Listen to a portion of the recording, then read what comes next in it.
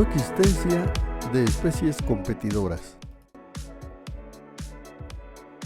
En este video veremos algunos detalles de la competencia en 3 ejemplos de especies que compiten por recursos comunes, pero logran coexistir. Veamos. Coexistencia de diatomeas competidoras. Otro estudio experimental de diatomeas competidoras analizó las especies que coexisten no en uno, sino en 2 recursos limitados compartidos. Las 2 especies fueron Asterionella formosa y Cyclotella menengiana. Y los recursos, ambos capaces de limitar el crecimiento de ambas diatomeas, fueron el silicato y el fosfato. Sin embargo, mientras que Cyclotella fue el explorador más eficaz del silicato, reduciendo su concentración a un nivel más bajo, Asterionella fue el explorador más eficaz del fosfato. Por lo tanto, como se muestra en esta gráfica, en cultivos donde había suministros especialmente bajos de silicato, Cyclotella excluyó a Asterionella. Tales cultivos no proporcionaron un nicho realizado para Asterionella, el competidor inferior ahí. Por el contrario, en cultivos donde había un suministro especialmente bajo de fosfato, Asterionella excluyó a Cyclotella. Sin embargo, en cultivos con suministros relativamente equilibrados de silicato y fosfato, las 2 diatomeas coexistieron, con 2 especies, ambas previstas, de suficientes suministros de un recurso sobre el que eran superiores. Hubo un nicho realizado para ambas. Coexistencia de aves competidoras. No siempre es tan fácil identificar la diferenciación de nicho o la utilización diferencial de recursos que permite la coexistencia de los competidores. Los ornitólogos, por ejemplo, son muy conscientes de que especies de aves estrechamente relacionadas a menudo coexisten en el mismo hábitat. Por ejemplo, 5 especies de parus se encuentran juntas en los bosques latifoliados ingleses: el herrerillo azul, Parus caurelus, el carbonero común, Parus major, el herrerillo del pantano, Palus palustris, el herrerillo del sauce, Palus montanus, y el carbonero, Parus ater. Todos tienen picos cortos y buscan alimento principalmente en hojas y ramitas, pero a veces en el suelo. Todos comen insectos durante todo el año y también semillas en invierno, y todos anidan en hoyos, normalmente en árboles. Sin embargo, cuanto más de cerca miramos los detalles de la ecología de tales especies coexistentes, más probable es que encontremos diferencias ecológicas. Por ejemplo, precisamente en donde dentro de los árboles se alimentan, en el tamaño de sus presas, de insectos, y la dureza de las semillas que toman. Podemos estar tentados a concluir que tales especies compiten pero coexisten consumiendo recursos ligeramente diferentes de formas ligeramente diferentes, utilización diferencial de recursos.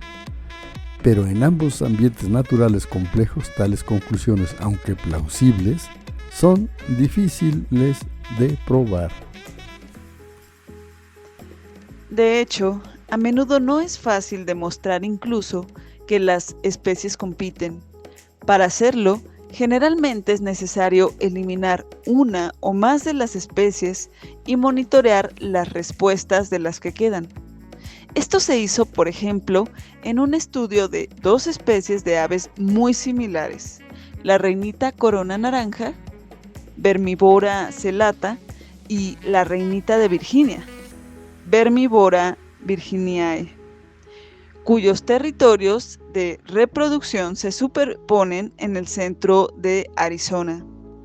En las parcelas donde se había eliminado una de las dos especies, las especies restantes emplumaron entre un 78% y un 129% más de crías por nido.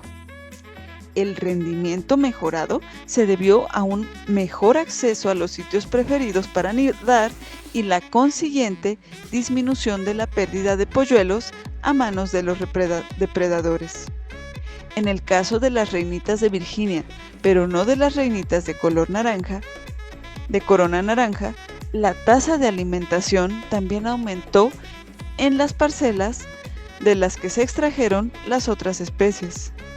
En esta gráfica vemos la diferencia porcentual en las tasas de alimentación en los nidos de la reinita corona naranja y la reinita de Virginia en lotes donde las otras especies habían sido eliminadas experimentalmente. Las tasas de alimentación, es decir, visitas por hora al nido con alimento, se midieron durante la incubación, representado con las letras INC, y durante el periodo de cría, representado con las letras NSTL. Los valores P son de las pruebas T de las hipótesis de que cada especie se alimentó a tasas más altas en las parcelas de las que la otra había sido eliminada. Esta hipótesis fue apoyada para las reinitas de Virginia, pero no para las reinitas de corona naranja. Coexistencia de roedores y hormigas competidoras.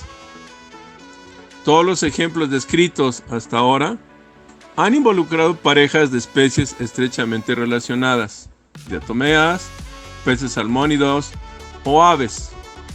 Esto es potencialmente engañoso en al menos dos aspectos importantes.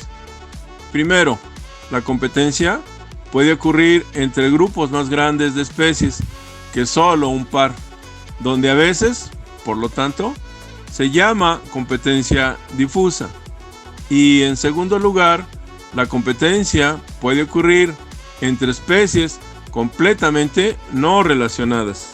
Ambos puntos están ilustrados por un estudio de competencia interespecífica que involucra a hormigas que comen semillas y roedores que comen semillas en los desiertos del suroeste de los Estados Unidos. En los sitios de estudio, solo dos gremios, es decir, grupos de especies que se alimentan de alimentos similares de manera similar, se alimentan de semillas, los roedores y las hormigas. Al estudiar el tamaño de las semillas cosechadas por cada gremio, fue evidente que los dos exhibían una superposición significativa en el tamaño de las semillas que comían, como podemos ver en esta gráfica. Las hormigas comieron una mayor proporción de las semillas pequeñas, pero en general el potencial de competencia por recursos entre ellas fue muy alto. Sin embargo, como ya se señaló, la única prueba verdadera para determinar si se produce competencia entre ellos sería manipular la abundancia de cada competidor y observar la respuesta de su contraparte. En consecuencia, se establecieron 8 parcelas en hábitats similares. En 2, los roedores fueron atrapados y excluidos por cercas, para asegurar que solo las hormigas ahora tuvieran acceso a las semillas. En otros 2, las hormigas fueron eliminadas por aplicaciones repetidas de pesticidas.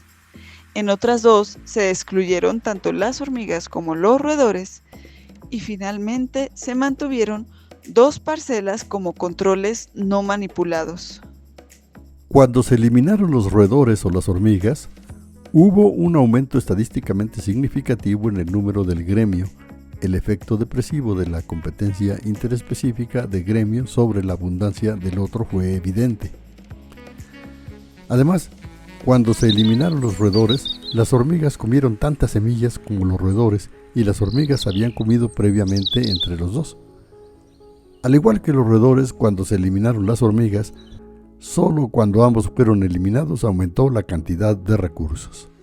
En otras palabras, en circunstancias normales, ambos gremios comen menos y alcanzan niveles más bajos de abundancia que si el otro gremio estuviera presente.